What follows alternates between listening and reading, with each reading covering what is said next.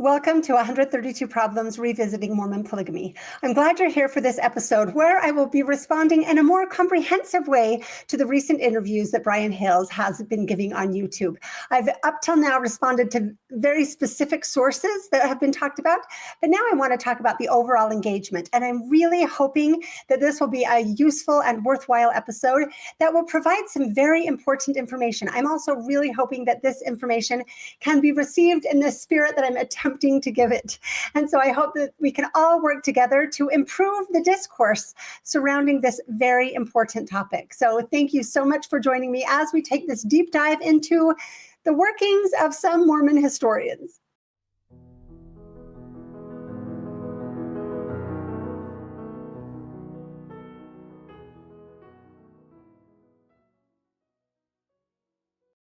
At the very beginning of this episode, before diving into the content, I want to take a second to explain why I think this is a worthwhile topic to address at all, why I'm focusing on Brian Hales. First, I am hoping that some historians will tune into this and some of the other recent episodes that I've done, and I want to try to help some of the historians understand the divide that I see, that I have experienced. I can't speak for everybody in my community, but I think that I kind of can. You know, there might be others who see it differently, but I'll just tell you my experience. Before I started to really get involved in the historical community and attended a conference and started to really dive in and understand the different voices, it looked to me, and so I believe it looks to most of us, like Mormon historians are a bit of a monolith. Like there's kind of one main perspective, and Brian Hales has been set up to be the ultimate expert on that. When we want to understand church history as members of the church, we are told to go to saints, right? That's what we are supposed to look at to understand our church history. That's what Brian Hales presents. That's what we're told is the official church history, and we don't know that all historians don't just buy into that. So it's pretty challenging because saints is, when we start digging into it, seems very problematic on several topics, particularly the topic of polygamy. So that's a problem for us. Then we have the Joseph Smith papers for those of us who are diving in a little bit more. And while so much of it is wonderful, some of the narratives, some of the descriptions, some of the context it gives us it tells the same story as saints to a large degree, and it also can seem quite problematic. And that's all that we know that there is, right? When we're coming to it. And Brian Hales is the person that is put on all of the church-sponsored podcasts and all of the other podcasts as well. He's the one talking about it and sort of claiming to represent all historians. He sets himself up as the expert.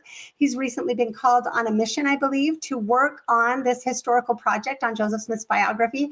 So it seems that that's being recognized by the church. So I'm just trying to explain that for many of us, the reason that we tend to maybe lose our trust in the expertise of historians is because of Brian Hales, because we see Brian Hales telling his version of the narrative, which is very problematic to us in many ways, and we don't hear other voices that we have access to saying that they disagree, right? It took me digging in to really interact with historians to hear historian after historian tell me, oh, no, Brian Hales is not credible. We don't view him as credible. He's an apologist, not a historian. Like, I now understand that that is how many historians view Brian Hales, but it took me a long time to get there to understand it. So I'm wanting to explain to historians why we see some problems with Brian Hales and why I think it is a disservice to have Brian Hales be the voice on this topic.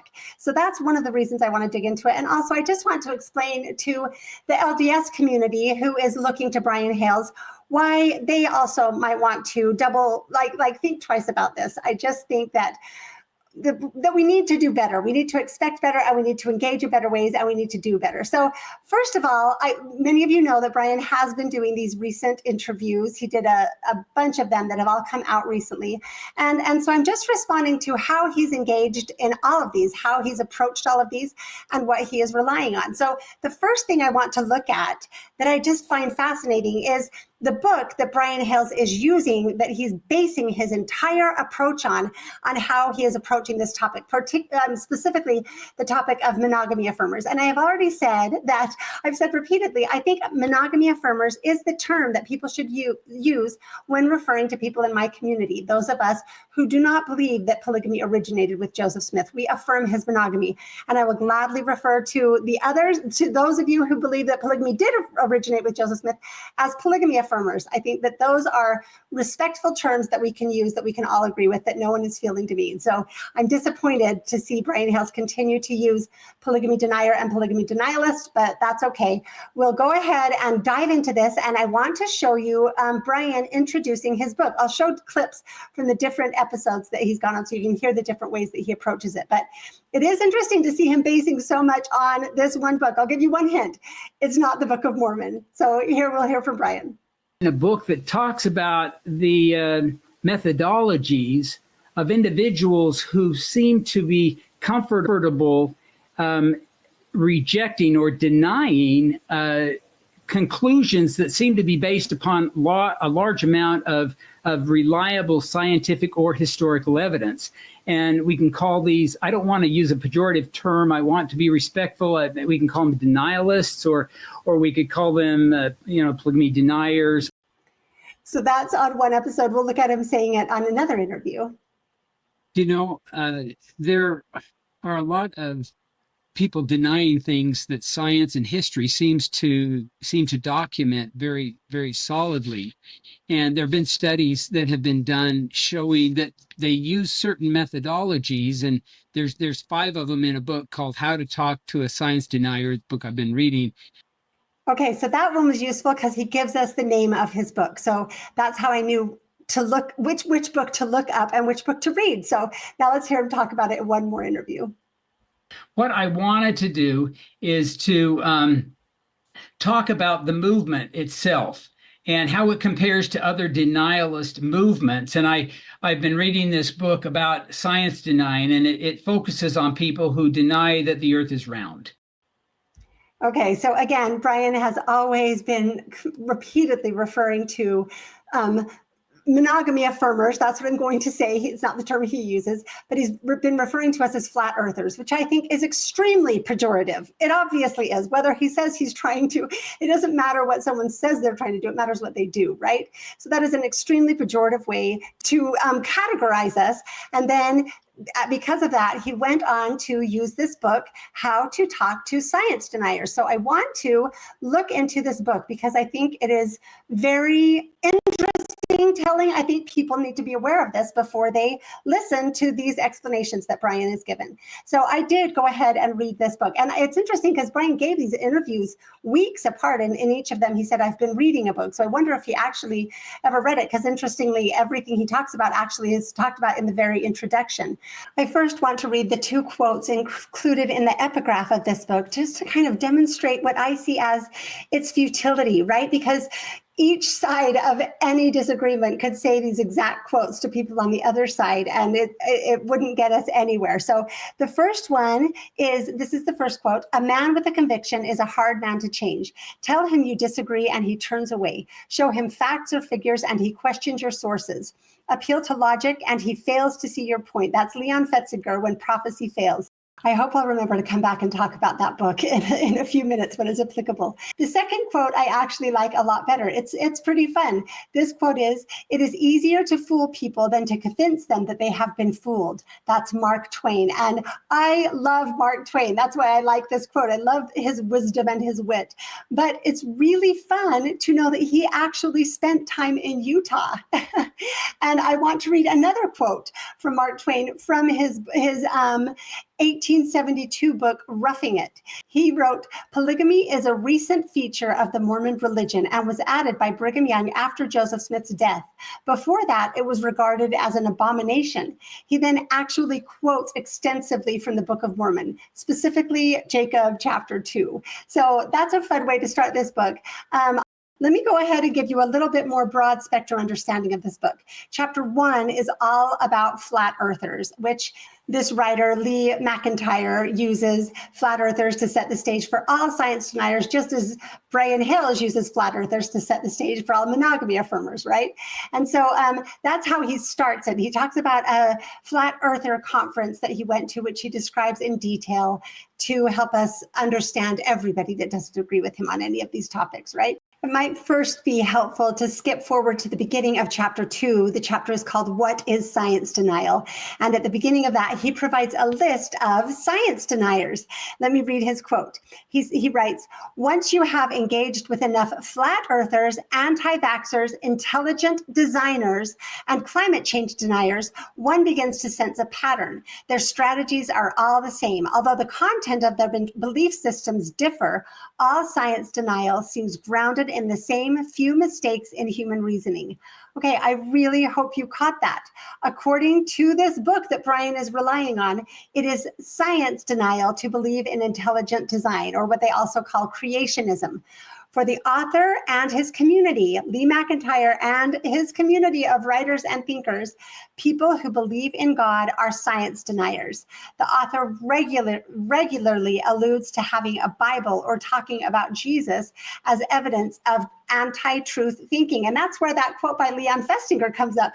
He was also a very forward-thinking, prominent atheist of his day, a social scientist who was trying to push atheism. That is what that book was about and what that quote was about, right? So from the very beginning, this is what is being established in this book. I want to go on and talk about it a little bit more. He goes on in that first chapter describing the people at the Flat Earth Conference. And these are part of the descriptions he gives. He says, quote, behind us sat a mother and her 6 or 7-year-old son with a spiral notebook that said Bible research.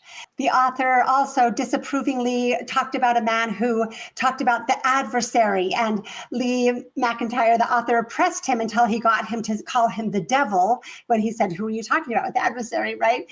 And he added that this man said, this all goes back to the Bible. And so again, that is like McIntyre is setting up this mode of saying, look, people who believe in flat earth they are just like people who believe in religion, who read the Bible, who believe in God. That is exactly what Brian is doing, right? With these constant comparisons to flat earthers. It's insane. And so he then goes on to describe a conversation he had with one of the attendees of the Flat Earther Conference. And he wrote, I just let him talk for a bit. He asked if I was spiritual. I said no. He then went on to explain the relationship between God and the devil and give me a mini seminar on Flat Earth 101. So again, the way he is demeaning the flat earthers is by pointing out how they all believe in God, right? And I mean, obviously, I feel bad for flat earthers. I think that they get pounded on a lot. So I'm sorry to add to that. If there's anyone that's a flat earther, I'm sure you have your reasons. It's not something that I get into at all. But I do want to say that using flat earthers to describe people who believe in religion is not accurate, just like using flat earthers to describe people who are monogamy affirmers is also not accurate. Let's let people deal with their own issues, right? Let's stop with this guilt by association thing. Anyway, it really bothers me. And it seems to me that this is the reason Brian chose this book, is because he wants something that looks at flat earthers, right? And because that's what he's been doing this whole time. I think he made a mistake, though, by choosing this book. So the writer goes on to say that he only met one person at the entire Flat Earth Conference who didn't believe in God, or who didn't believe that God created the world. But as their conversation went on, he reveals that this person didn't believe that God created the world because she believed that she was God, right? And so we're making this as crazy as it can be. And so his final statement, when he was describing the keynote speaker, who he was describing with a great deal of disdain, he wrote this: I left at the point where he said, each of us have to be humbled before the word of God. That is all in the very first chapter. The book mentions God a total of 10 times. 9 of them are derisively about people who believe in God, or that one that claims to be God. And the other time is just taking the Lord's name in vain. That's the focus on God that's in this book. Not that a book has to focus on God, but it would be better if it didn't just always treat people who believed in God with such derision and disdain and calling them science deniers, right? And I did go ahead and look up religion in the index, and it was very interesting. It had listings for religion and creation, intelligent design. It had, I guess, just one listing for that. It had 6 listings for evolution and religion. It had 9 listings for flat earthers and religion, and those are the only mentions of religion, is looking at what other crazy things religion makes people believe, right? The writer repeatedly quotes several very well-known atheists. In addition to the epigraph, he goes on to quote, he multiple times quotes a podcast called The Friendly Atheist. And someone he quotes very often is Michael Shermer. So this is Michael Shermer. He's the founder of Skeptic Magazine, and he has been one of the most dedicated atheist proselytizers for many years. Let me introduce him to you with this short video from the Atheist Alliance International. So this is Michael Shermer, one of the main sources for this book that Brian Hales is using.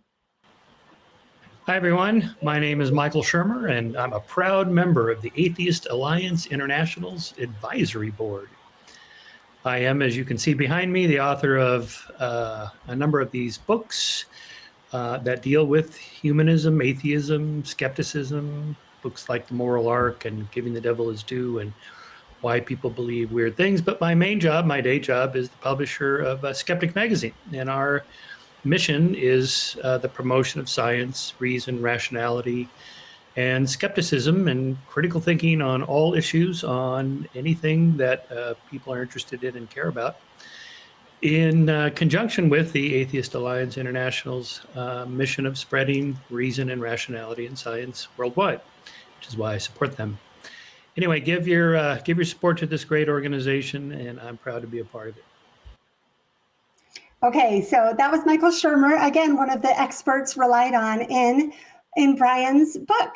And so I'll share a few of his recent articles. His most recent article is called Why I Am Not a Christian. This was just in November of 23, so just a year ago.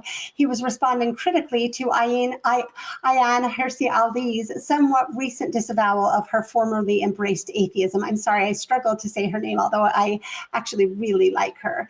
And then I looked into his archive to look at, like some of his past articles, and I randomly chose the year 2017. You could look up any here. Here are just a few of his articles from that year. He's actually quite prolific in his writing. So he wrote an article called Scientific Naturalism, a Manifesto for Enlightenment Humanism. And this is what his abstract says.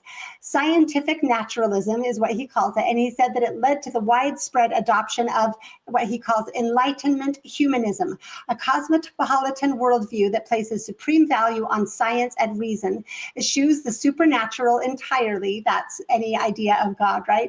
And relies exclusively on nature and nature's laws, including human nature. So that was one article. Here's another one. This is called How Scientists Might Think About the Resurrection, where he gives 6 scientific reasons that critically thinking people should reject the possibility of the resurrection. He has an article called If There Is No God, Is Murder Wrong? And in that one, he gives 4 reasons we don't need religion. I'll read a couple of them. One is divine command theory is fallible.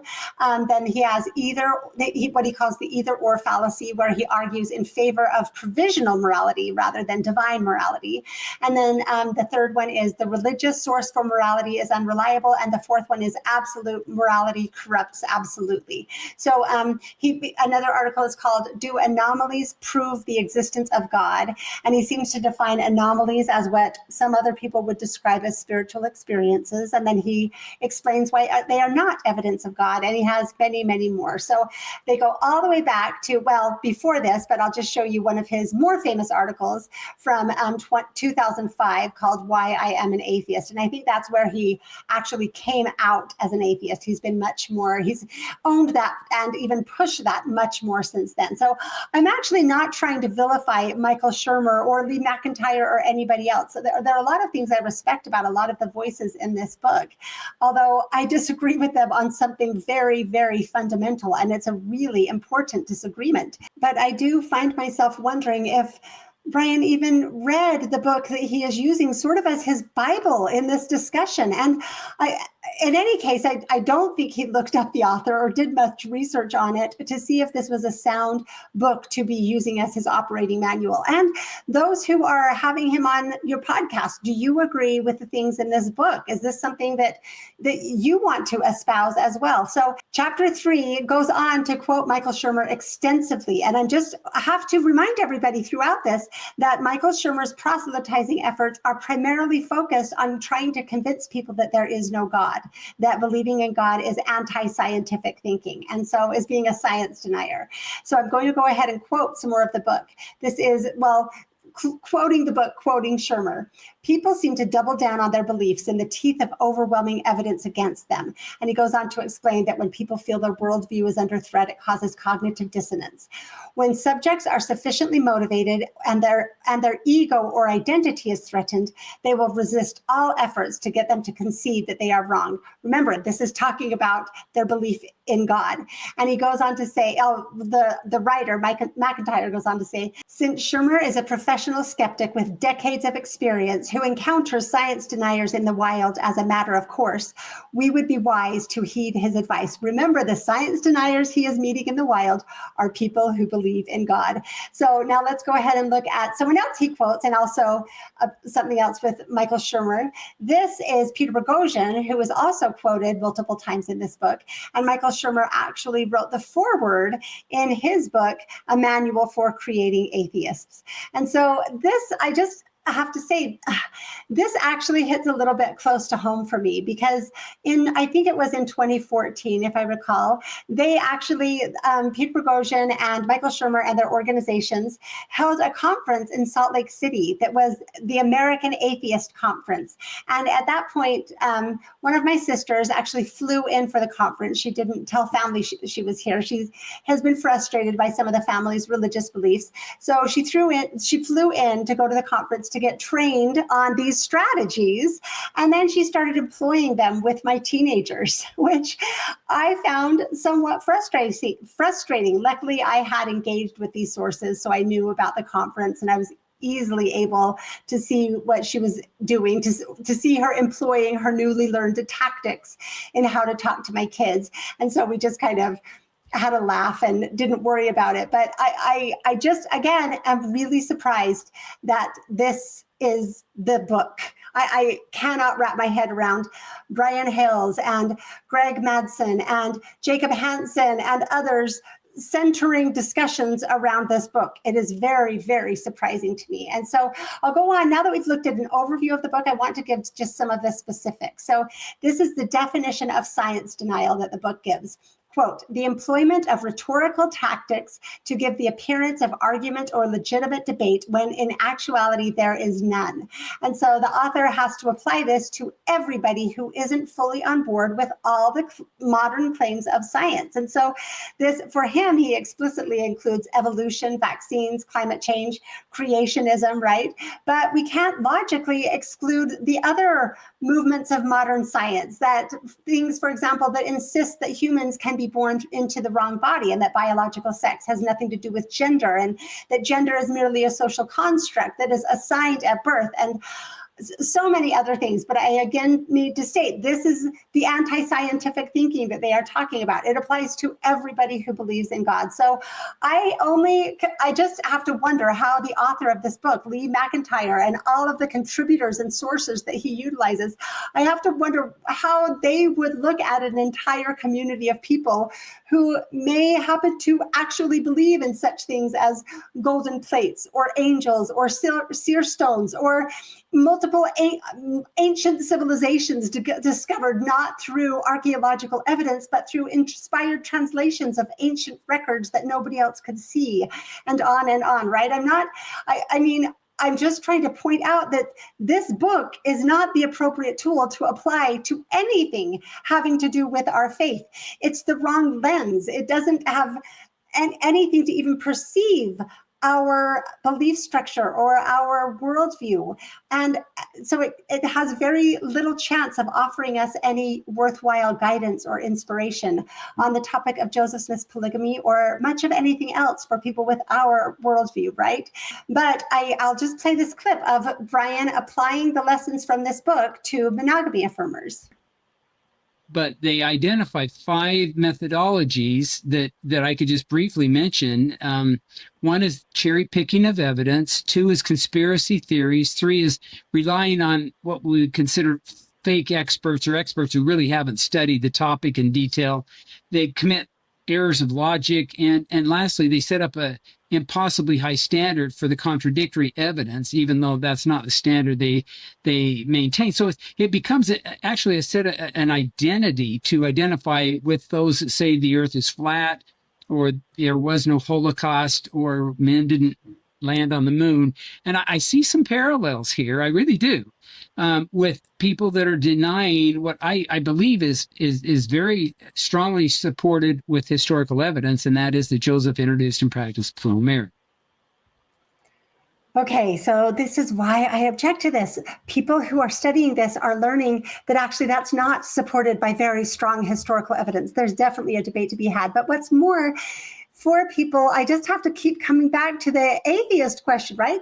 Would that description, if someone used that to describe your belief in God, would that convince you that you were wrong about your belief in God, right? And wouldn't you hope that people wouldn't talk that way about you in order to convince other people how wrong you were? I find this to be extremely unfortunate, but I will go ahead and explain a little bit more. If you dig into the book, it does rely quite heavily on this study, which it relies on quite heavily. Effective strategies for rebutting science denialism in public discussion. Right. And this paper talks about 2 different strategies, which are first content rebuttal, when an expert presents deniers with facts of science, and also technique rebuttal, which it describes as a lesser known second strategy, which, quote, relies on the idea that there are 5 common reasoning errors made by all science deniers. Those are what Brian just cited. I'll go ahead and quickly repeat them, because I think it's good to apply them. So first, cherry picking evidence. And then second is belief in conspiracy theories. This drives me crazy because, again, both perspectives rely on a conspiracy theory, right? The only question is whether Joseph was one of the conspirators or whether the conspiracy was trying to hide it from Joseph as well. In any case, there was absolutely a conspiracy. And then third, reliance on fake experts and denigration of real experts. That's what it actually says. Reliance on the fake experts, denigration of real experts. We'll get into it. That he's trying to stretch that claim at points. But I, again, want to point people to the episode on Brigham's cipher for just one example. And there are many more things we'll go into on that topic of reliance on experts. And then fourth is committing logical errors. And there are too many things to go into there. But we could just use, for example, how about was and saw, wedded and sealed, or sealed and wedded, right? Like the logical fallacy of believing that everything must be evidence of polygamy, whether it logically can stand up to scrutiny or not. And then number 5 is setting impossible expectations for what science can achieve. That's what it actually says. And my goodness, that is very applicable, because for the polygamy affirmers, they seem to take they can just say, oh, they were lying, or they were dishonest, or I don't know how to explain that. Or, they have all kinds of passes they give themselves, where for us, we are forced to explain every single possible thing. And so I actually see that as reversal. I think that is happening in reverse. And it's okay. We have the greater burden of proof because we are the new perspective that we're trying to bring to the table. So that's okay. We accept that. But boy, I think it's a mistake to switch the tables like that and claim that we are doing exactly what they are doing. But the thing that I really want to bring out is that according to this study, you can engage with science deniers in 2 possible ways. You can either engage with the evidence, or you can just accuse them of using these tactics. It goes on to say, quote, both strategies are equally effective, which means that anyone can fight back against science deniers. You don't have to be a scientist to do it. You don't need to know any facts or have any actual evidence. It's saying, the book is saying this all excitedly. Once you have studied the mistakes that are common to their arguments, you have the secret decoder ring that will fight back against all forms of science denial. Yay! That's what this book provides you with. It is so interesting to me that it seems from what I'm hearing in these episodes that Brian actually chooses to prioritize this second strategy, the one that requires no expertise, because it has the secret decoder ring. So I believe it would be far more effective to focus fully on the first strategy, engaging with the evidence and the well-reasoned arguments. So I really appreciate that Brian did do that in parts of this episode, because that's given me the fuel to be able to actually get into the evidence and have a conversation. I think that is very valuable. But I'm really confused why he didn't just choose to start with that way of engaging, right? Talking about the evidence. Why go to this decoder ring strategy where you don't need to have any expertise? I don't understand that. And again, reminder, if you believe in God, you are operating under these same common errors of all science deniers. And I sincerely have to ask, like Brian or anyone else, how effective this magic decoder ring would be to remedy your belief in God or anything else, right? I really recommend not relying so heavily on this book. I read a review of, this was actually from Lee McIntyre's next book, and it kind of reviews both of them together. And I really appreciated this book. I really appreciated this review. I think it did a very good job of explaining the problem. This was actually written by Robert Crease, who is a like-minded academic. He agrees with McIntyre's perspective on the world, and he shares his community. But admirably, he can see and critique some important flaws, even when they're on his own side. That's a characteristic I really admire. So this really was good for me to read, because it is exactly what I have been learning over the past several months. So Crease calls McIntyre's genre of writing rant literature. And so he calls it rant lit for short. So when I say rant lit, I'm talking about rant literature. He says, quote, rant lit assumes that it can bring people to their senses by exposing the vapidity of intellectual corruption vehemently enough. It's fun to read if you don't take it too seriously. Rant lit is full of dirty laundry, horrifying anecdotes, and recognizable villains. Rant lit is feel-good writing for allies. That is such a good description. But as he goes on to explain, it does nothing to help its readers understand the other side, because it misjudges and vilifies and ultimately alienates them. And I will add, it is almost guaranteed to never convince anybody who doesn't already agree. So let me quote some more. McIntyre's book is littered with witty put-downs such as epistemic homicide, truth killers, fire hose of lies, and zombie foot soldiers. The book has its villains, in this case, a certain candidate and everyone who voted for him. Truth, it says, is under attack by a coordinated campaign of individuals and organizations who cherry pick evidence and experts and promote conspiracy theories and illogical thinking. So this was one of my favorite quotes. The spiritual tone is evangelical. It's a truth teller's Bible, full of religious certitude and morally charged language. If you took an evangelical tract and replaced morality with knowledge, God with truth, and Satan with fact deniers, you'd pretty much have this book. It tells us that dark days are ahead, and the world is full of cutthroats who know exactly what they are doing, and their minions who don't. Saving reality is the burden of us knowledgeable ones, collectively and individually. So Crease explains how the text is, quote, peppered with flaws and contradictions, and also that the prose conceals undefined terms and unquestioned assumptions. What, after all, is truth? This reminded me a lot of the recent conversation I had with Jim Bennett about facts. It made me feel like, oh, I'll bet he read this book and really liked it. Rantlet is doing its job, right? And that reviewer had many more scathing devastating words for McIntyre's book. I was tempted to read the whole review, but I'll just link it in the comments. He concluded his article talking about how while he loved reading the book because it fed his worldview, after reading it and being so full of how wrong all the zombies on the other side were, he decided to actually walk down the hall to the office of the one professor on campus that he knew who voted the other way than he did and talk to him. They had a reasonable conversation, and he saw that sometimes reasonable people simply have different information, different priorities, and see things differently. And engaging in actual conversation is definitely the way to go. That's the point of the review. And actually, that's what Michael Shermer says too. And McIntyre said that's at a few points in his book. It was giving some contradictory message, but it made that point that we just need to talk to people, right? And I think that is the way to go. So I have to say this now. As soon as I read the term rant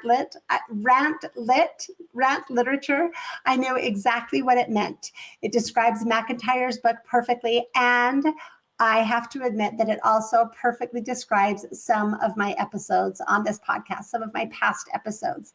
I have had people who disagree with me tell me that they really hate some of my episodes, especially when I get together with a group and we just kind of go off on how bad the historians are, that kind of thing. And as I realized this, I realized that's totally the same thing. That's really rant lit, right? It's been somewhat hard for me to accept this because I keep having that same feeling like if I expose this, if I show the problems, then people will jump on board and see. But I have had to acknowledge, even though it's been hard to accept, I have had to realize and acknowledge that it's rantlet, right? It feels really good to people who already agree with me, but it is not ever going to convince people who disagree with me. It's not going to wake people up and show them this perspective is something worth considering. And so I know that much of my audience loves those episodes, but they are a huge turnoff to people who don't already agree. So I'm thankful that I have had mentors who have taken the time, mentors who disagree with me, who've taken the time to help me see some of this through their eyes. I have been trying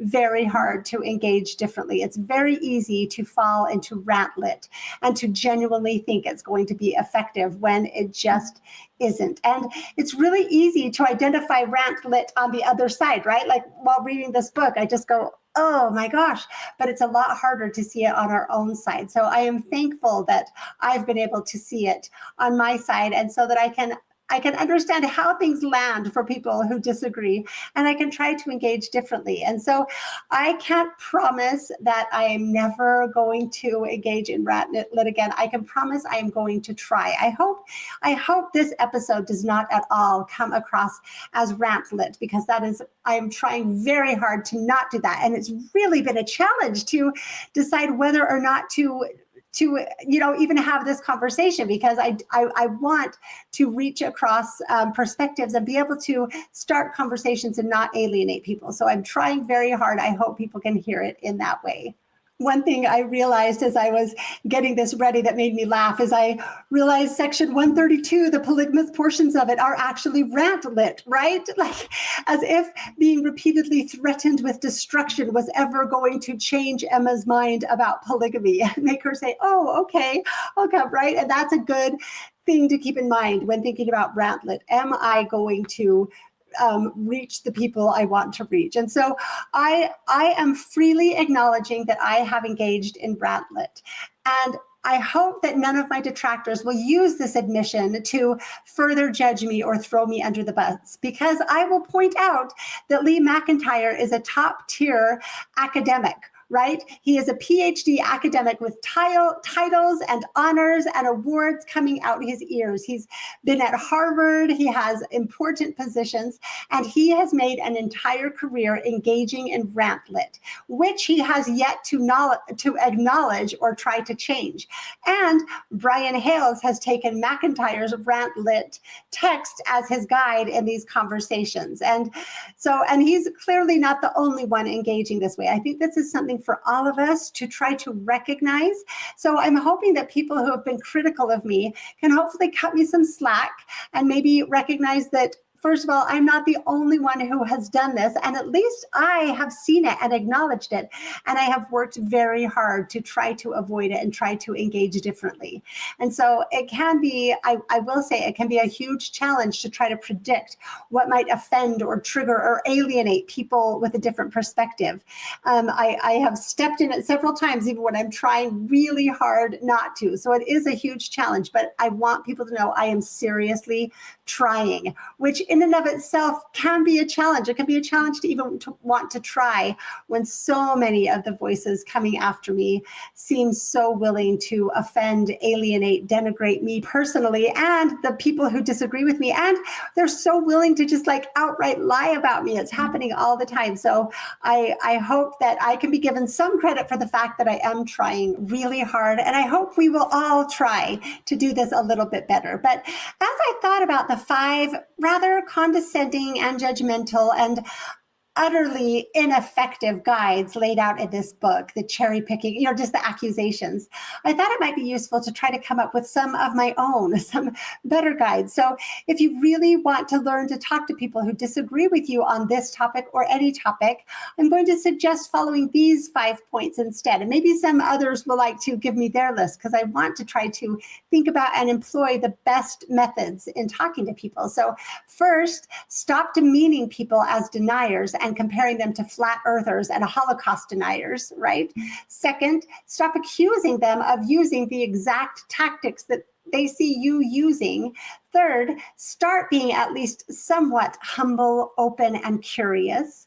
Fourth, engage on evidence and stop resorting to the fallacies like ad hominem, like calling people deniers, and appeals to authority, saying all of us agree, I'm the expert, right? 5, spend less time talking about people, deniers, or whatever other group you want to talk about, and more time talking to them. Again, it is so bizarre that people are going around explaining us as if we're some long extinct breed that needs experts to speak on behalf of us. We're right here. We are perfectly capable of speaking for ourselves. One suggestion that the book makes, as I mentioned before, that I very much do agree with is it says, quote, the best way of convincing someone to change their belief is through direct personal engagement.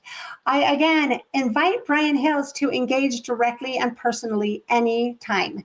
I hope everybody involved will think long and hard about whether these are really the sources and writers and arguments they want to be relying on and making or hosting and validating. That's a sincere question. I think that this has been unfortunate. Okay, so that's all I'm going to say about the book. And now I want to talk really quickly about another topic that, again, it's so hard to decide what to address and what to just let go, because I don't want it to seem like this personality struggle or this, just sour grapes. That's not what it all is at all. But it's also sometimes important to set the record straight, right? And to give a different perspective. So this is why I've decided to talk about this part of it. I have to respond to Jacob Hansen and the way that he has been engaging. I am honestly deeply disappointed with what has been happening. So I'll give a really quick history. Some of you will remember that there was a debate, right? There's actually quite a bit of history, but I'm going to do it as quickly as I can. So a debate was scheduled. I had already agreed that I would debate Jacob Hansen, but instead they went ahead and did it with Jacob Isbell, who did a great job in his way, but hasn't spent the time in the documents and the sources. And so I felt a little bit like, oh, I don't know if that's the best choice. That, why are they not debating me? But anyway, that happened. And I asked a question at least. And then when I talked to Jacob after, he agreed to engage with me on this topic. I told him I would do it anytime that he agreed to come on my show and engage and have some discussions about it.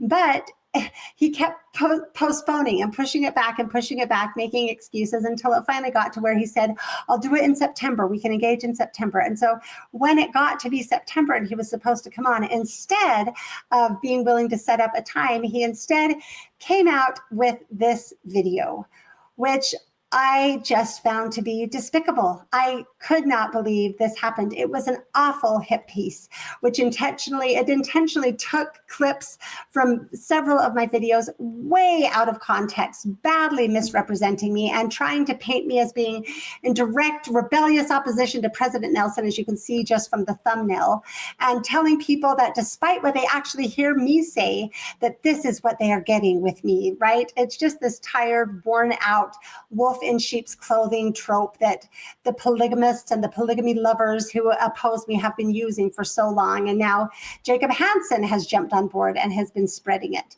So this was very deeply disappointing to me. I've had my issues with Jacob Hansen, but this is where I started to believe that he is not an honest actor. The fact that he did this instead of engaging with me was extremely disappointing.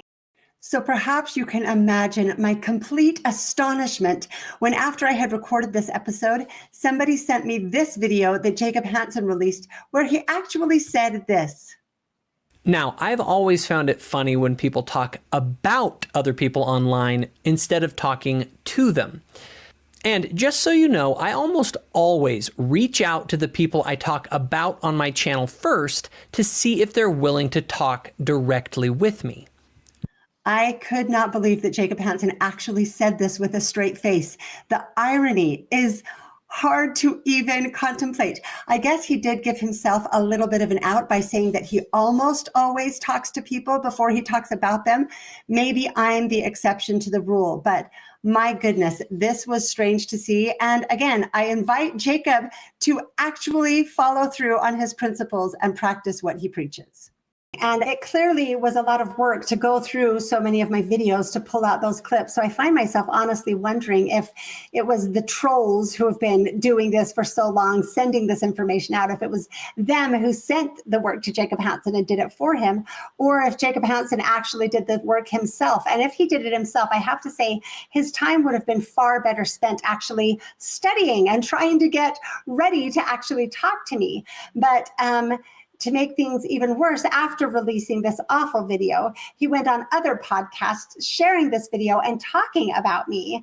And then a little while after that, somebody either in my stake or who knows about my stake put out word that I had a new stake president, that I had just gotten a new stake president. And these same just wonderful people saw it as their golden opportunity, which I think is beyond despicable. My poor brand new stake president, during his first week in this completely overwhelming calling, had to deal with being inundated by these people with emails and messages and sending him this hit piece video along with just a stack of other communications. And so, I do not have words for how appalling I believe that this is. I cannot believe that this is how so many of the people in this space are engaging. And I have to say that when I did go in to meet with my stake president, this amazing man, his first week in his new calling,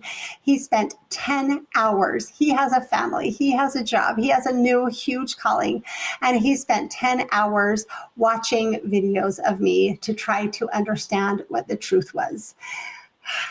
Because there were so many people sending him things, but he wanted to know that he was getting the truth, and he took the stewardship very seriously. And so when I met with him, I actually didn't even need to explain to him how badly these people are misrepresenting me, because he had actually watched the quotes in context and he had read things in context. So he was able to tell me how badly they were misrepresenting me and taking me out of context. He told me specifically about an email he had gotten that had 15 quotes of me, and he read through them and said, "Oh, that's bad. That's really bad." And luckily they included links and timestamps. So that's part of what his viewing was. He went and actually watched the videos and saw what I had actually said versus how they took it out of context. One example he shared with me, I'll share it because I think it's quite funny. He said that a woman had sent him a message that said, how I understood it, said it, the scriptures say if all men were like unto Moroni, the very gates of hell would shake. And Michelle says that Moroni wouldn't qualify for a temple recommend and isn't worthy to wear garments.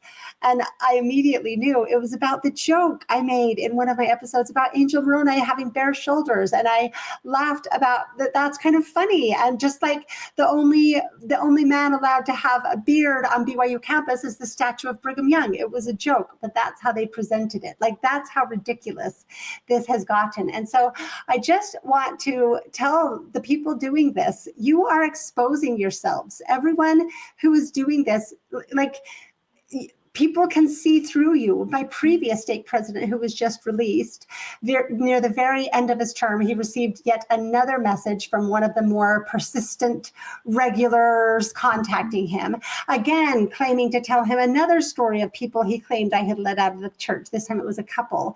My stake president asked me if I would be willing to talk to the couple that he had said left, and I eagerly said that I would love to. I've always said, if someone is claiming that I've led them out of the church, or if people are claiming that I've led some of their family out of the church, have them contact me. I will be happy to talk to anyone who is deciding to leave the church because of the information I have presented. So my stake president passed that on and offered to set up a meeting. And because of how that went, the rest of the interaction after that, my stake president ended up telling this particular man to not contact him again. And so I am so thankful for leaders who are willing to do the hard work to be able to accurately discern. And I have to say to everybody engaging this way, you need to stop. It's just gross. It should not be part of our religion. It should not be part of our community.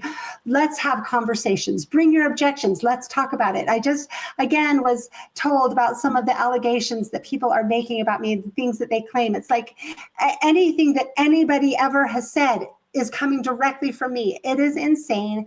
And I hope that people will stop harassing my leaders. It is not your place. It's not your stewardship. This needs to stop. And so in case it wasn't already obvious, multiple people have heard Jacob Hansen express his frustration with me and with his and others' inability to get my leaders to do their bidding, and his inability to engage directly with me, because people have heard him say that he's worried that I know the topic better than he does. So he doesn't want to engage directly. So he has admitted that this is his intentional strategy. Instead of engaging with me directly, he just chose to do this. Again, this is deeply, deeply disappointing. It is difficult to see how people engaging in this way can even claim to be interested in the truth. So I hope that it will stop. I hope that people will stop engaging this way. Jacob, I will say I will still be happy to engage in genuine conversation or debate if you prefer that.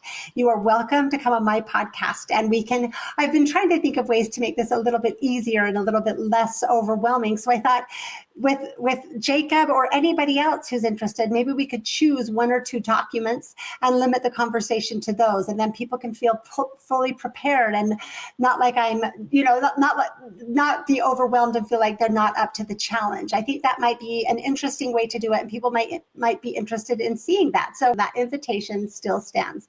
And again, as I have so often done, as I already just did, I will say to Brian Hales, as always, you have an open invitation to come on and engage face-to-face anytime. I would love to discuss your recent conversations, these episodes I'm responding to, or Mark Tensmeyer's paper that you are pulling your sources from, or any of the specific sources. You can even bring whatever slideshow you would want, and I will be happy to engage in that way and in the conversation of your choosing. The only caveat, the only conversation I'm not interested in having is a conversation on why you believe I need to be silent or be excommunicated. That I'm not interested in talking about. But any other topic, yes, let's talk about it. And in any case, whether it's on my podcast or elsewhere, I want to request that Brian and Jacob and others, please stop talking about me. And please stop talking about monogamy affirmers and instead just talk to me or to the rest of us. That would be a far better way to engage. Okay, the next thing I want to respond to in these episodes is Brian has now fully jumped into the fray and joined the chorus of people speaking on behalf of our entire community of monogamy affirmers, claiming to explain why we exist. I believe in the 1940s, church leaders created a policy that inside the church, they weren't going to talk about polygamy. And Heber J. Grant and subsequent presidents are saying, we're just not going to talk about it. We are a monogamous church. And this policy of not discussing plural marriage in the church goes on, and new church leaders aren't going to change past tradition. And so it goes on until the 2000s when the internet shows up and it's like, whoa, not everything on the internet is false. And that tradition being carried forward, I think, kind of set us up for this polygamy denying movement. Okay, here you'll say it on another channel. You know, I think that the church bears some responsibility when we go to the 2000s and the internet shows up. Not everything the anti-Mormons are saying about Joseph Smith and polygamy is false. Really, the church up until the 2000s is just, we're a monogamous church, and you wouldn't even know from the curriculum really that this history was there. For several reasons, whatever they were, it was avoided. And so we find a lot of people saying, hey, you know, Joseph wasn't a polygamist. I've never heard this, and I don't like polygamy, and Joseph was a good guy. And so they reason in their mind that, oh, Joseph couldn't have been a polygamist. So I think we've kind of set the stage for this movement to come forward. And if the church curriculum had included references to Joseph Smith's involvement all along the decades, maybe this would not have happened. Okay, so I want to address this because I do find it to be frustrating. First, while it is interesting to hear Brian being so critical of church leaders, really kind of blaming Heber J. Grant and all leaders since, who he says caused this problem by a policy to cover up polygamy, that does seem like quite a double standard. He's allowing for himself to be able to criticize church leaders while saying nobody else better say they ever got anything wrong, right? But this also completely validates everyone who has ever expressed that they have felt like the church lied to them, right? That's like he's basically saying the church lied about this. The church lied to everyone about polygamy. So this is how people are handling it. That is quite a statement that Brian is making. And it really does validate that, okay, people that have felt lied to by the church, yeah, Brian agrees. You have a point.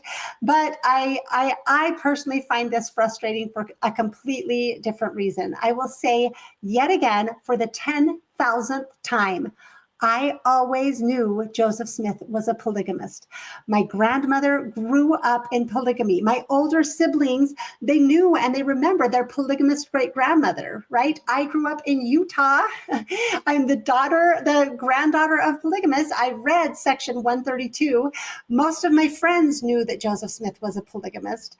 Brian is not only criticizing church leaders, he is doing so for no reason because he is wrong about why this monogamy affirming movement exists and is growing.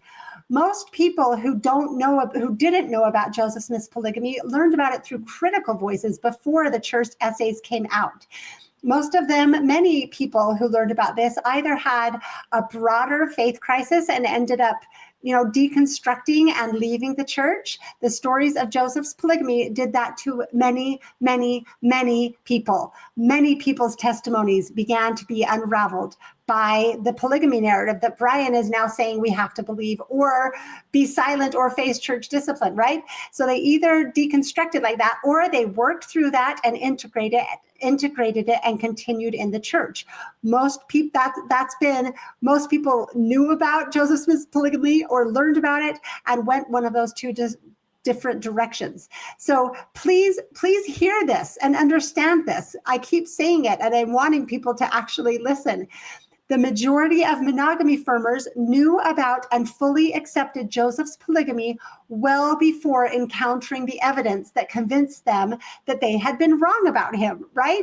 That is what happened to me. I was certain that Joseph Smith was a polygamist. There was no question to be asked about it.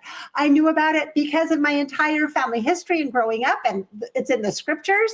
And then I knew about it more once it started to be talked about because the historians all said it's a matter of absolute fact. right? I knew Joseph Smith was a polygamist. I had to be convinced by the evidence that I had been wrong. And so that is what most of the monogamy affirmers will tell you if you actually ask them. We have to stop spreading these falsehoods, right? We have to stop telling people's stories for them and doing it in a false way. If we have learned anything as a society by this point, we should have learned to stop speaking for and about people when we could easily just speak to people. So I want to put this out as a notice to all platforms, reporters, interviewers, anybody else. If you want to understand monogamy affirmers, just talk to us. Stop asking other people, particularly those who dislike us so much they are trying to get us excommunicated. Stop asking other people to come on and explain us to you. I have spoken to this before, but John DeLynn wrote an entire paper talking about the disservice we do to people who leave the church when we explain their decision to leave in false ways, right? When people say, oh, they just wanted to sin, or oh, they never had a testimony to begin with, or oh, they just got offended, and we make up stories about people who leave the church, and that destroys our ability to understand them, to talk to them, to understand that they might have valuable information for us. And John DeLynn was exactly right on that we have to stop doing that. I do know many people who have left the church, and those are almost never the reasons that I have seen. There are so many people, like Jim Bennett said, most people, when they encounter difficult information, like in the CES letter, their first question is, how can I stay? They want to stay, and they're looking for ways to stay, right? Many of the people who left the church because of these issues, that was their reason. And the same is exactly true for monogamy affirmers. When people keep going around saying, oh, they just couldn't handle their cognitive dissonance. Oh, it's just motivated reasoning. They couldn't handle learning about Joseph Smith's polygamy. You are doing exactly to us what people were doing to people who leave the church. You need to stop it. It's not accurate. It ruins your ability to talk to us, to understand us, to learn that maybe we have valuable information to provide for you, right? So Brian, just like all others who have been making this claim, is wrong. That is not our story. That is not how we came to this topic or came to this perspective. We did not just desperately need to have Joseph Smith on a pedestal. I know that for me, I had my views about Joseph Smith and my feelings about a lot of the stuff that he did. I was willing to just kind of go on and think about it in different ways. But it has been researching this topic as I have done and allowing myself to start believing what I believed. It wasn't hard for me to, as I've said, I came to it through Emma, and it wasn't hard for me to love Emma. But once I started understanding more about Emma, I started to see that the stories about Joseph had to be false because they were false about Emma. And as I started studying Joseph through that lens and reading what he said and looking more at his life without this sort of tainted view of him that I had been given through this polygamy narrative, right? As I started to actually study him, I did grow to love and respect him more than I ever had before. Well, I can say more than I ever had since I had started to learn more about these topics, right? As a girl, I loved Joseph Smith. I didn't know anything that was troubling. And so that has been my story and my trajectory. It's not that I needed to have Joseph Smith on a pedestal, and so I have come to these conclusions. It has been very slowly coming to these conclusions that has given me an immense amount of respect and love and admiration for both Joseph and Emma Smith and Hiram Smith and their family.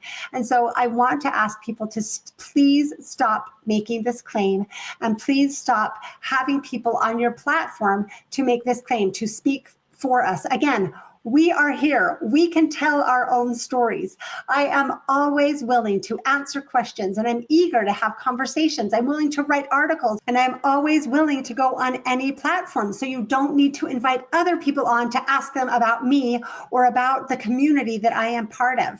And I'm going to make a rather bold stand here. I'm going to say that people who continue to do this, who continue to invite people on to talk about us, and people who continue to talk about us in this way while disregarding what we are clearly saying about ourselves, if you continue to do this, you are not being an honest actor in this regard.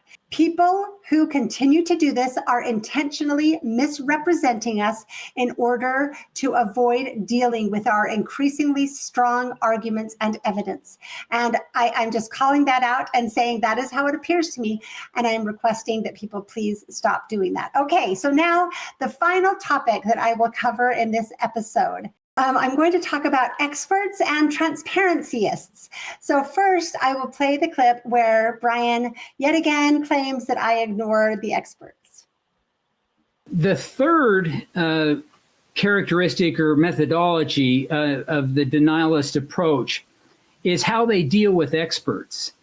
And according to the book, they rely on less qualified, if you will, experts, and they criticize or ignore or mock the real experts. So I want to point out the book actually says nothing about mocking experts. Brian just added that so that he can make the point that he wants to make and claim he's basing it on the book. And, I can show you there. This book is written by Larry Foster, who looked at it. He's not a Latter-day Saint. He's a well-respected historian. He was president of the Mormon History Association, president of the John Whitmer Historical Association. He's ignored in their literature. I haven't seen anybody who cares about talking about him.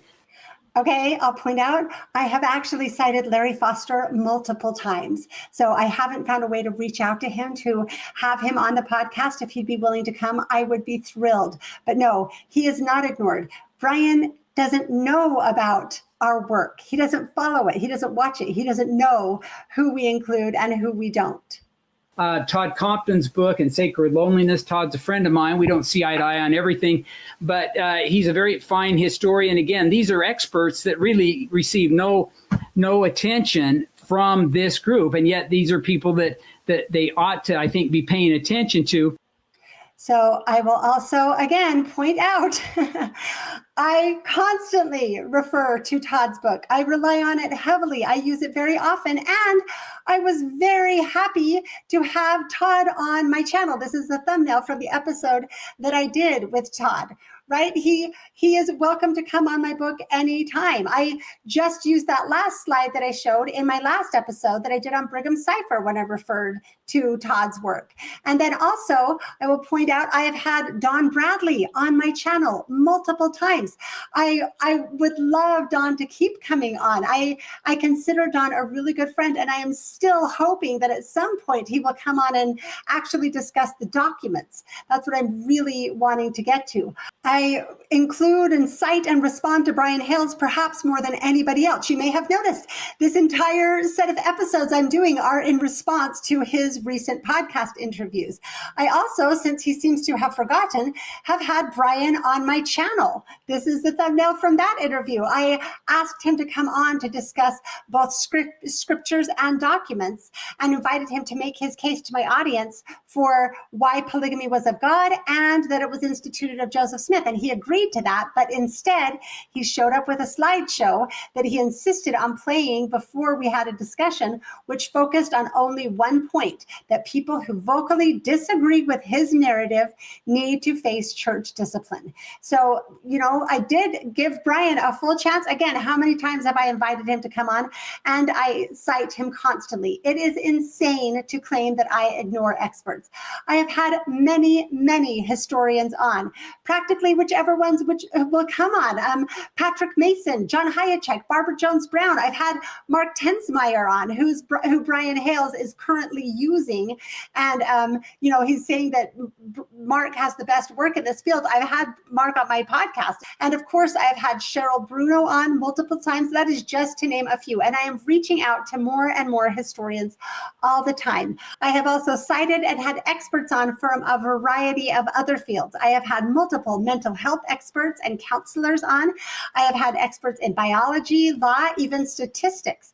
I read, talk to, and cite historians and experts constantly. Bushman, Bergera, Ehat, Marquardt, Parks, George D. Smith, Linda K. Newell, and Valine Avery, and so many more, including RLDS historians like the Prices and many others who are usually ignored. And as a reminder, again, I was literally the first person to reach out to experts regarding Brigham Young's Masonic cipher. I engage with experts and historians all the time. That was literally an insane accusation to make. But I will say that while I massively appreciate collaborating with experts, what I find truly invaluable is the ability to engage with the sources myself. I spend hours and hours looking at documents, both online and at archives.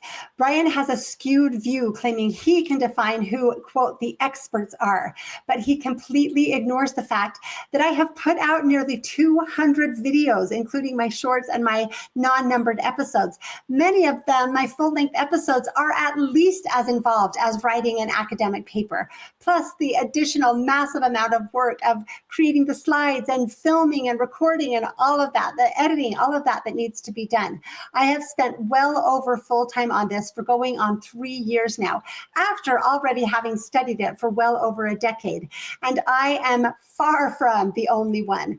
We have Whitney Horning, who was the first one in the Mormon community that I'm aware of to write a book on Joseph Smith's polygamy. She just took it upon herself, dove in, and she had already spent decades in the Daughters of the Utah Pioneers. She was very familiar with so much information before she even got in and wrote her book.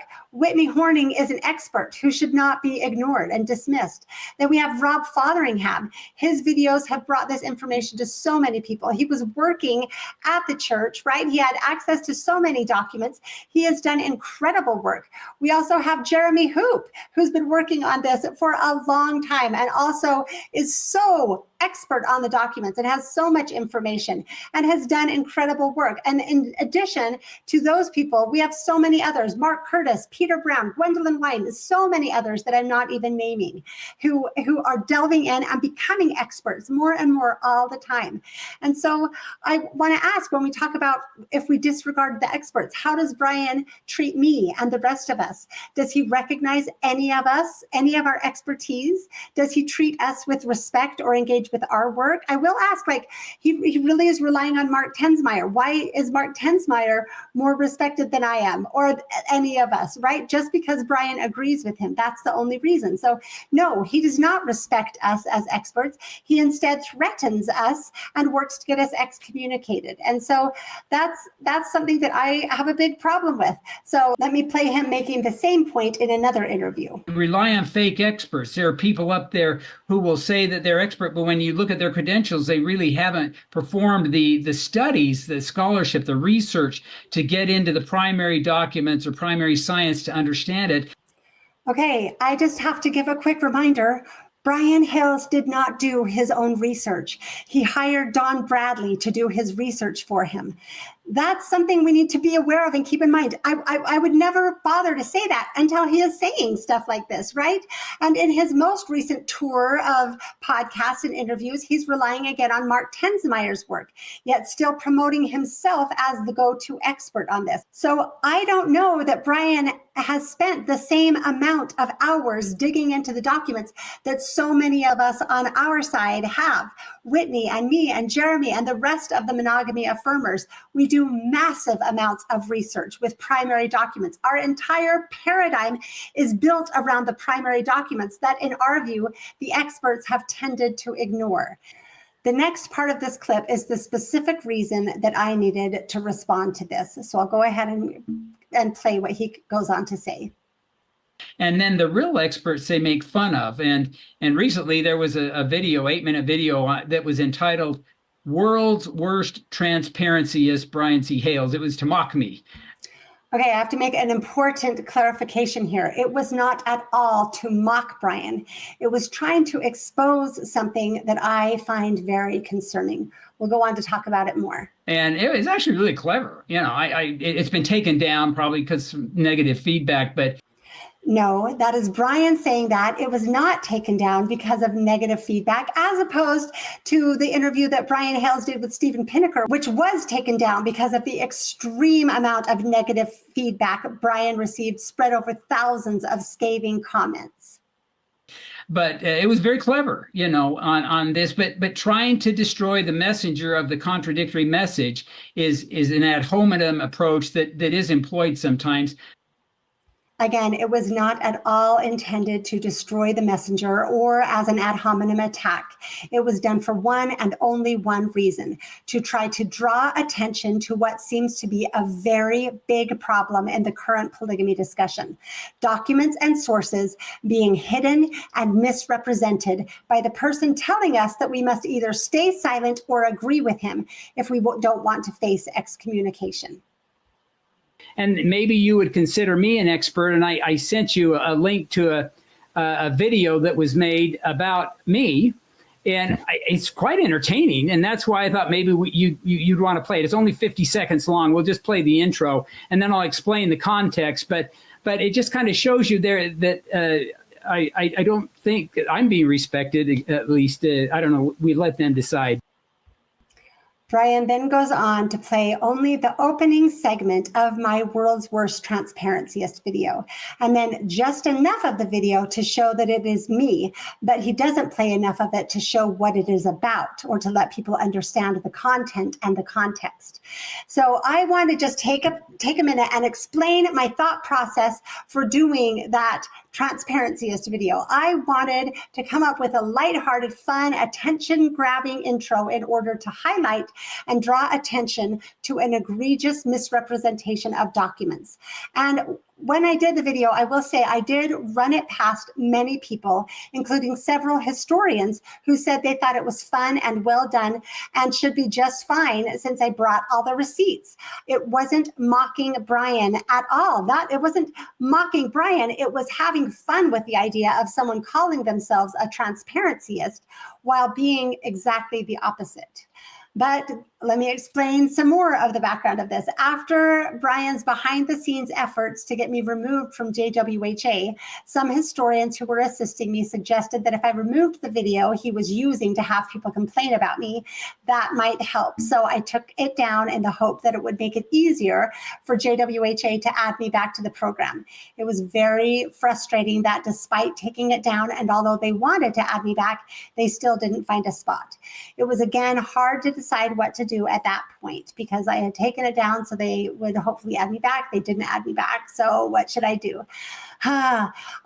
Since, however, I had been wanting to avoid rant lit, although I didn't know that term, I had been wanting to not alienate people and worried that maybe that would. I made the difficult decision to leave it down. I felt really bad because of how much work my friend had put into it, how much he had contributed to it. And I think that he's just brilliant at what he does. But I decided I would try to present the information another way as soon as I had a chance. So I'm taking that chance now. So one might think, however, that if Brian truly found this video so offensive, he might appreciate it being taken down.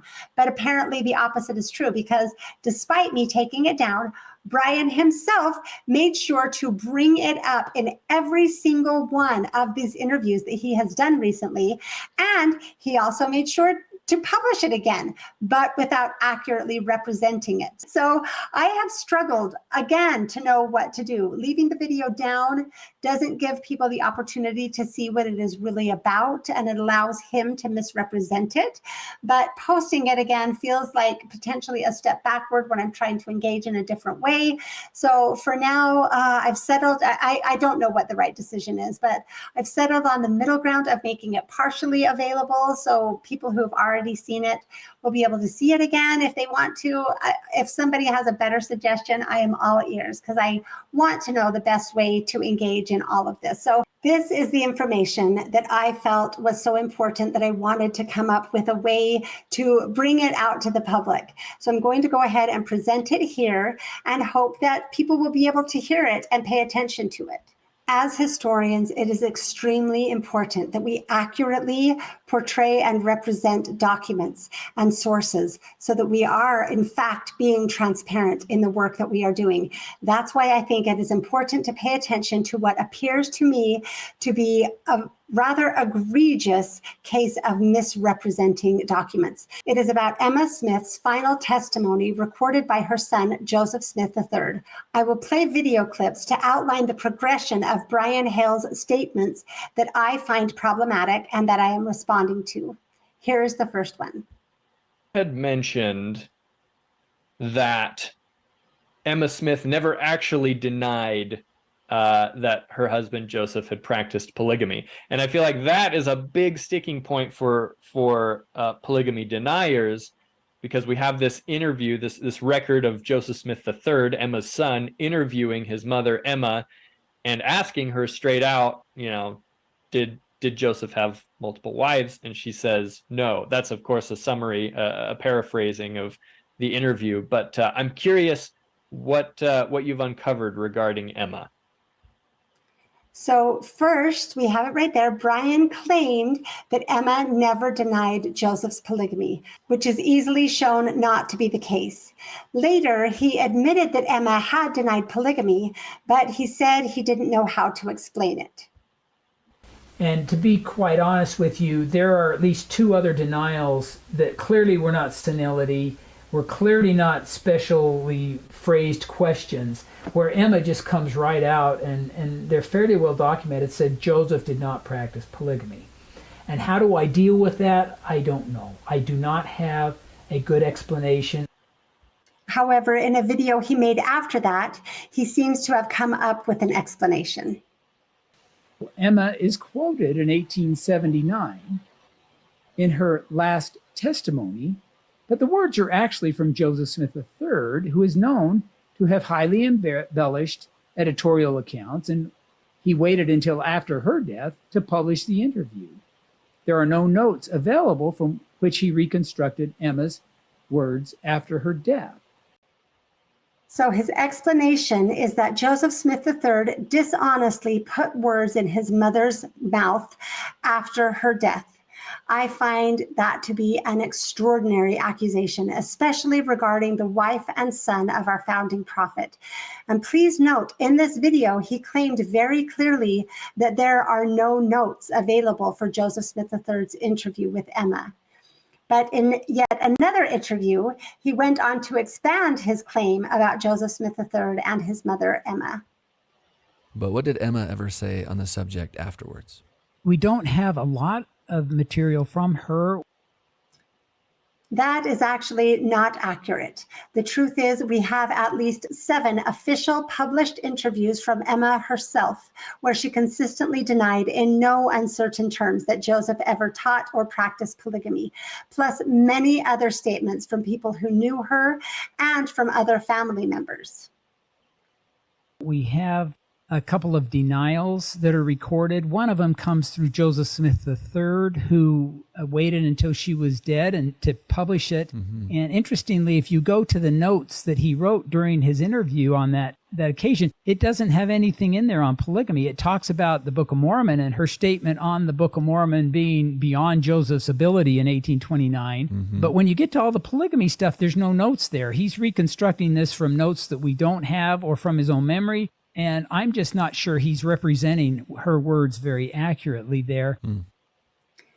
Please notice that now in this video, Brian is saying that there are notes, but that they don't say anything about polygamy. That is already a very different claim from his previous video.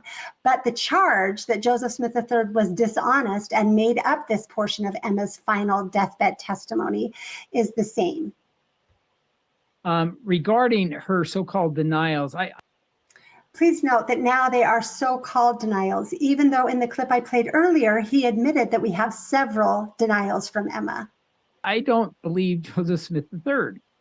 That whole interview was written down, published well after Emma had died. Let me point out the reason it was published after Emma's death.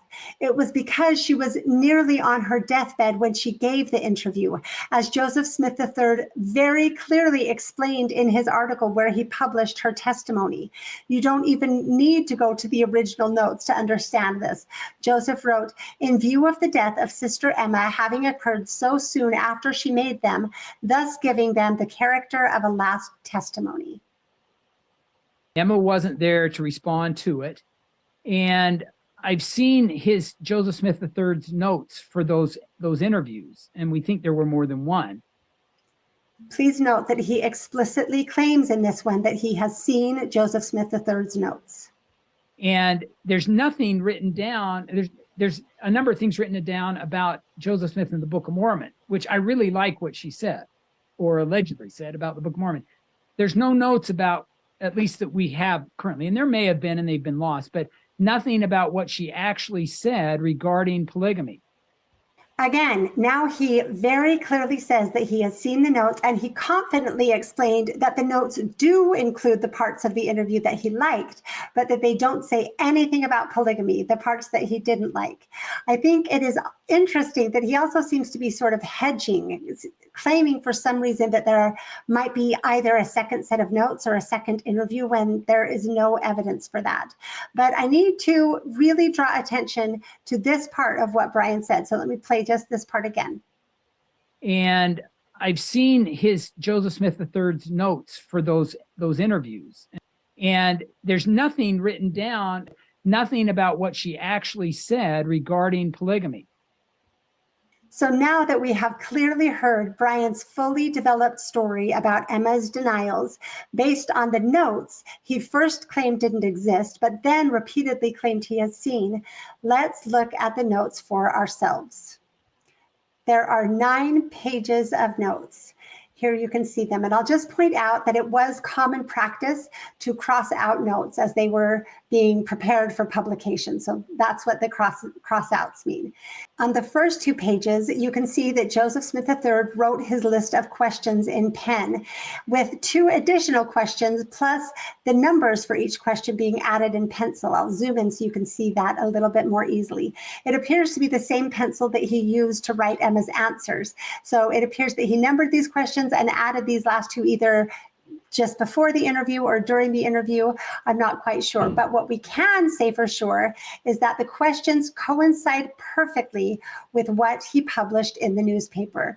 Let me show this question right here that's highlighted, and I will show it next to the newspaper publication so you can read both and see that it is a perfect match. What about the revelation on polygamy? Did Joseph Smith have anything like it? What of spiritual wifery? Then if we go to pages 3 and 4 of the answers he recorded in his original notes, we can easily read exactly what he wrote during the interview, which again perfectly matches what he wrote, what he printed in the newspaper. Quote, there was no revelation on either polygamy or spiritual wives. No such thing as polygamy or spiritual wifery was taught publicly or privately before my husband's death that I have now or ever have had any knowledge of. Go on to the next page. Joseph assured her that there was no such doctrine and never should be with his knowledge or consent. I know that he had no other wife or wives than myself in any sense, either spiritual or otherwise. It really could not be more plain that Joseph Smith III's original notes from his interview with his mother perfectly match what he published in the newspaper after her death. It is also abundantly clear that there is not a second set of notes. These are original notes of the interview, which were used directly for the newspaper publication, even being crossed off as they were prepared for publication. It is very hard to find any way to explain this other than willful misrepresentation of documents. And that is why I made the video. And this is what Brian omitted when he only played the opening of the video. But he then went on to give his explanation of what the video was about. Again, not until after shaming me for taking it down. I think she's taken this down. I think she received some negative feedback. And in her defense, what it's about is that in an interview on Saints Unscripted, I misremembered a data point. I claimed that there were no notes for Joseph Smith III's final interview of Emma talking about the polygamy topic. A couple of corrections are needed. Brian didn't claim there were no notes on Saints Unscripted. He claimed that on a much earlier video. But then after that, he went on both Saints Unscripted and Doctrine and Covenants Central and very clearly said that he had seen the notes and knew for himself that they didn't say anything about polygamy. Again, I see no good explanation for this. I don't see how it could be a simple case of misremembering. And apparently there are, and Michelle found them. Good for her, because I had I talked to the archivists at Community of Christ to try to find them. They couldn't find them for me. I'm still wondering if the actual first draft of the notes from the interview was really typeset ready. I worry that there's still another draft in there we don't have, but there are indications that this could be it. And so I was wrong. I made a mistake. And that's why I am the world's worst transparencyist. Again, it is extremely clear that this is the original and only draft, that there's not another set of notes somewhere. That's a very strange claim. I will respond to some of the other things that Brian said there. But as to his claim that he couldn't find the notes, I think it will be useful to look at a document on Brian's own website. You can see that this is Volume 1 of Early Mormon Documents, edited by Dan Vogel. And it only includes in this excerpt Chapter 3, which is Emma Smith Bideman interview with Joseph Smith III. And you can see the first two things are what we are going to look at. First, Joseph Smith III's notes of interview with Emma Smith Bideman. And you can see right here it lists that they are located at the RLDS Church Library Archive in Independence, Missouri. So it's going to give us a full transcript of the actual notes, along with telling us the location. And right after that, it has the transcript of the last testimony of Sister Emma Smith published in the Saints Herald. That's what we were comparing just now, the original notes with the publication. If we scroll down into the editorial notes, you can see that it quotes from Mormon Enigma, what the writers in Mormon Enigma on page 301 said about Joseph Smith III's original notes, which they had seen. It says, quote, "The original notes of the interview are still extant. They include 2 pages of questions written in ink in Joseph's hand, Joseph Smith III's hand, and were most likely the questions prepared earlier at the Herald office. 2 questions at the end are in pencil, suggested they were added during the interview. The notes also include 8 pages of answers, written again in Joseph's hand, but in pencil. They show signs of being written in haste as Emma spoke and have additions between the lines, some words abbreviated and others crossed out. Basically, the version which was eventually printed after Emma's death is true to the handwritten notes." So this is actually quite amazing. On Brian Hales' own website, he has a document that tells us that the notes are still extant, where they can be found, and gives us a full transcript of both the notes and the newspaper articles, so anyone could very easily compare them. And it also quotes the writers of Mormon Enigma talking about the notes, which they had seen and which they also tell us are located in the RLDS archive. So again, I find this to be very challenging.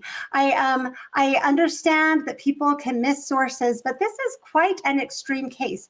I want to read a quick excerpt from one of the messages that Brian sent to me last year. He wrote, "It seems you have not grasped the bigger picture," meaning I don't agree with him on Joseph Smith's polygamy. Then he goes on to say, "which could come from studying my 3 volumes and all the transcripts from participants that I've reproduced therein, and consulting the 3,000 plus documents at mormonpolygamy.org, where this document just was. Anyone putting themselves up as an expert on Joseph Smith and plural marriage must pay the price first in years of study." So maybe people can see why I find this to be somewhat frustrating. I am paying the price in years of study, and I am being honest with the documents. That's something that's really difficult to explain. I want to finally respond to the claim that the extremely competent Community of Christ archivist couldn't find the notes. When I emailed to ask her about them, she responded in one day. There was absolutely no mystery about what these notes said, where they were, or how to access them for anybody willing to do a little bit of research, even just on Brian Hale's own website. So the reason this needs to be dealt with is that this was not just a benign little unimportant mistake that can be easily explained away by misremembering.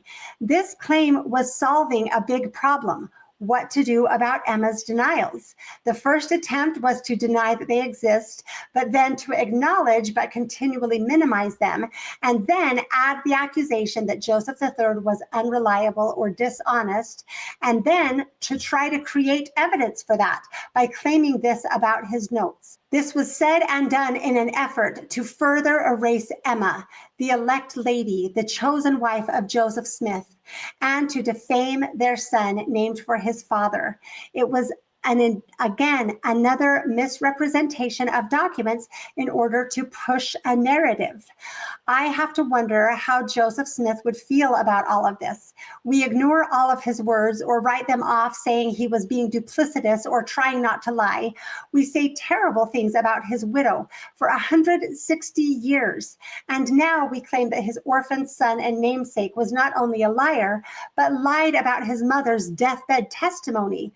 But only the part we don't like. That's the only part he lied about. The rest he told the truth about. And in order to say all of these things, we say things about documents that are simply not true. I do find this to be deeply offensive. I hope that the historians will oppose this kind of behavior. I hope that integrity about sources matter to historians. Let's go back to Brian's own words. Really, we need to be transparent. And that's a word that I've been made fun of because I call myself a transparencyist. But when it comes to the data on Joseph Smith and plural marriage, let's just be transparent. Let's get it all out there. I think it is valid for anyone to take issue with someone calling themselves a transparencyist while being the opposite of transparent, literally omitting huge portions of data from his narrative, and then claiming we must all agree with him or be silent, and threatening and trying to silence and excommunicate people who publicly disagree, and saying things about documents that are simply not true in order to disregard what the documents actually do say. And yet again, claiming people were lying, and often people that many of us care deeply about. I do still find myself wondering why anybody would choose to label themselves a transparencyist rather than just being transparent, which every good historian is already obligated to be. My sincere recommendation for anyone interested in my recommendations would be to not label yourself a transparencyist, but just be transparent. Since the appeal to experts is so prevalent in these podcasts I'm responding to, I think it might be worthwhile to discuss the role of experts in society. I just have been thinking about this. Let me ask this question. Is the purpose of experts to serve and elevate society or to control and keep others down? Is our responsibility regarding experts to want and allow them to do the thinking for us, or to want and allow them to come up with theories and explain them to us, showing us the evidence so that we can understand them for ourselves? And how much sway should experts have, especially in the information age when gatekeeping has largely fallen away and information has become democratized? We also have the question of how do we define experts? Who gets to decide who the experts are, right? Of course, there are different domains. I recently listened to a physics podcast that was explaining, among other things, let me see what it was called, neutrinoless double beta decay. That is some theory that requires neutrinos to be their own antiparticle, and apparently it could explain the existence of matter in the universe. So that was very complicated, and I wrote down a quote from them. They said, "You're going to have to take our word for it because the science and math are intense. Yes, I agree. I understand that. Unless I have a burning desire to understand it for myself and thus learn the requisite science and math, I'm content to take their word for it. I don't feel the need nor the ability to form an opinion on that topic. I think we can all agree that there are areas where expertise is crucial. Surgery comes to mind, medicine, right? However, even in the medical field, things have changed dramatically over the past few decades. Good doctors, the experts, now have learned not to just make our decisions for us. They present us with the information we need to know, the possible outcomes, the probabilities, the risks and benefits, the potential side effects, etc. And they allow us to make our own decisions. So even when expertise is absolutely essential, like for a heart surgery or for an engineer or an architect or a lawyer, the recognition is that experts are there to inform us and serve us, not to control us. And the domains of history and religion are very different from theoretical physics or surgery. It is essential to study and understand the documents, which I do, and it is essential to employ good methodology and sound critical thinking, which I also do. But there is all sorts of room for discussion and interpretation. When people claim to be experts, but use that status to claim that nobody should critique them, or that they should be able to ignore important information, and worse, actually misrepresent information and still be respected as the expert and listened to, that is a problem. Anytime an expert claims to do the thinking for us and basically tells us to get in line or shut up and sit down, we have a big problem. That is not an expert. That is a tyrant. And their reliance on force exposes the fact that they don't feel confident enough in their expertise and their ability to defend their conclusions. So they have to force them upon us. This is an extremely important topic in our current reality in many areas. We can apply this in so many places. Are the mainstream media reporters and the politicians the experts? And all the, all those just talking heads out there on the internet, they just need to be censored, right? There are efforts in place to do that. How do we define expertise there and who we should listen to? We could also ask whether the people in appointed government positions, like say Anthony Fauci and other medical politicians, we can ask, are those the experts? And all the yahoos writing and signing things like the Great Barrington Declaration, in addition to so many other leaders in various fields of medicine and science, they just need to be fired and silenced because they're not getting in line with what the political experts are saying. Who are the real experts, right? In fairness, we should extend this to the religious realm. During much of the 20th century, saying out loud that Joseph Smith was a polygamist with over 30 wives and that he married young teenage girls and already married women and often pregnant women, that could very possibly get you excommunicated. But now, according to Brian, saying out loud that Joseph Smith didn't do those things, but was entirely faithful to his one covenant wife who he loved, should be grounds for excommunication. Also, according to Brian, saying that God didn't command these things, that God didn't command polygamy and that polygamy isn't of God, is also grounds for excommunication. I do not think that saying church leaders do the thinking for us and we just need to get in line is a good approach. And the truth is, seeking to enforce that with threats of excommunication is unrighteous dominion. I think we can and should absolutely sustain our leaders, which I do. I recognize and sustain their positions and authority in the church.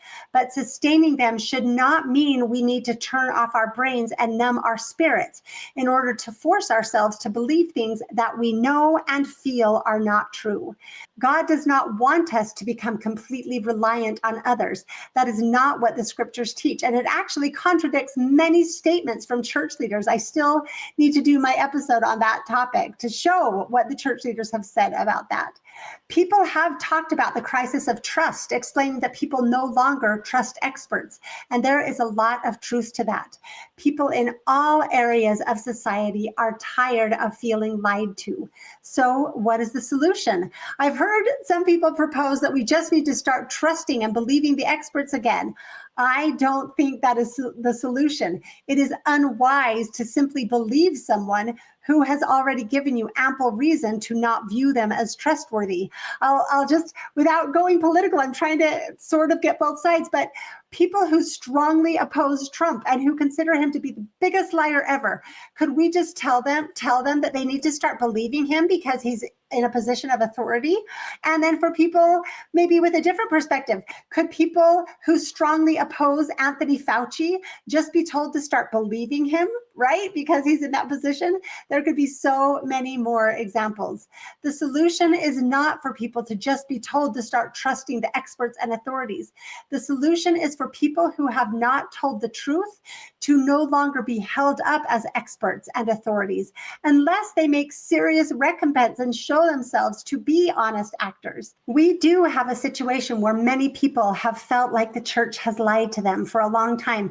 Brian just validated that in one of the clips I played. I think that we need to think very seriously about the best solution to this and the best way to remedy it and what we can do going forward to try to increase trust. I think the best way to do that is to make sure that very honest voices are being set up as experts and being heard. I hope to be able to see that happen more and more. So I, again, hope that this episode was worthwhile. I'm excited to get more into the sources that I'm looking at and keep going on with this work. And I'm very hopeful that people engaged in this work can do so without fear, without threats, without accusations, and without their leaders being harassed. That is what I am trying to accomplish with this episode and hoping that we can all work toward accomplishing. If people want to oppose me, please do. Let's have the conversations. Let's dig into the evidence. Let's stop trying to silence and punish and excommunicate people. All right. Thank you so much. I will see you next time.